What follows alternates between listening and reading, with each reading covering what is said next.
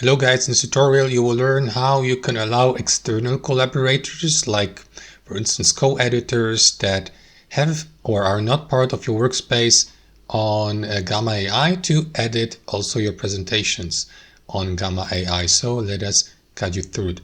So guys, what you want to do in the first step is navigate to Gamma AI, of course, and log into your account. And after that, in the next step, click into Settings and Members here on the left panel. And here in your settings, navigate to workspace defaults. Now you can set, for example, accessibility and permissions for workspace members, but also for external collaborators. For example, let's say for co-editors, you have shared a presentation through a shareable link, but these people, for example, or co-editors haven't been invited as a workspace or full workspace members, but only as external collaborators to work on one or two specific projects. So this is how you can do it.